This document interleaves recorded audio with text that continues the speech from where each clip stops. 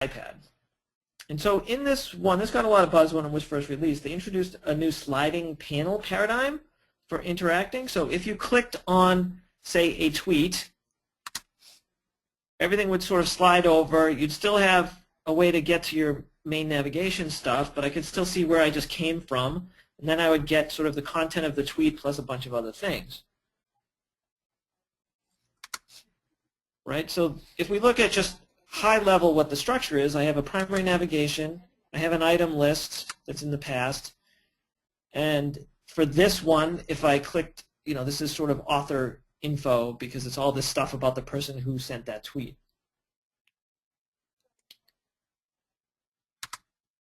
So if you sketch out the structure and the transitions the way that I've been talking about, then you want to just stop and ask yourself a set of questions when you're looking at something that's completely new.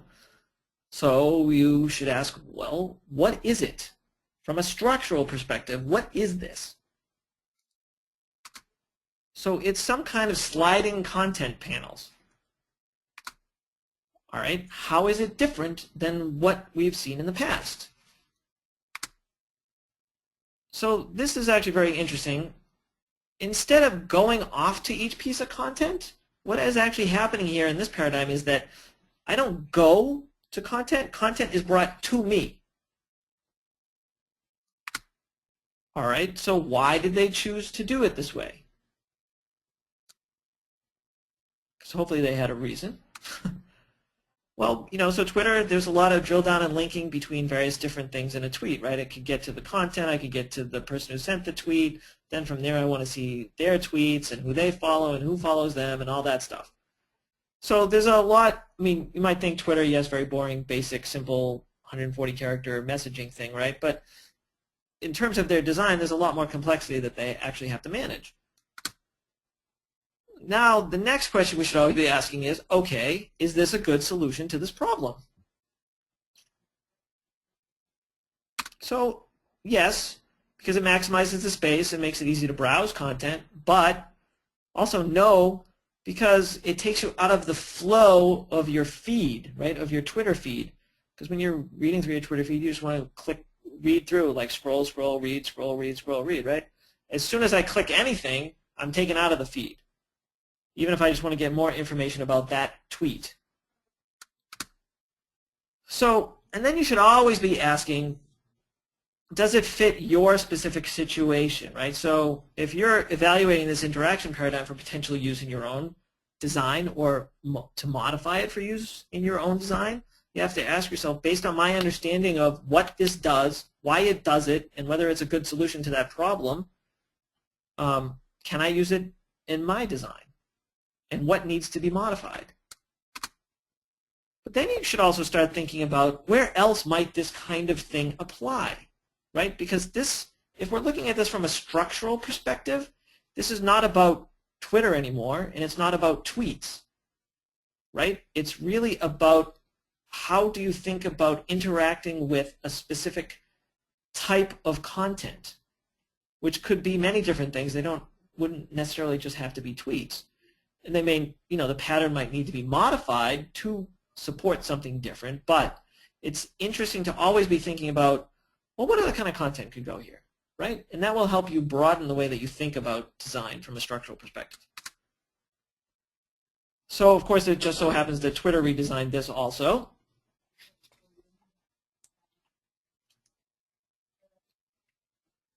And so let's take a look at what they did. So I don't know if you can see that. But so basically, if I click on a tweet, right, if I click here on a tweet, it opens in place. Right here, just boom. If I click on it again, it closes. Now, if I click on something in the tweet, or any one of these tweets, like the person or the link or any of these other things, right? So let's say I click on the person. No, sorry, that's the link. If I click on the link, the web page just loads right here, just comes in right in place. I'm done reading it.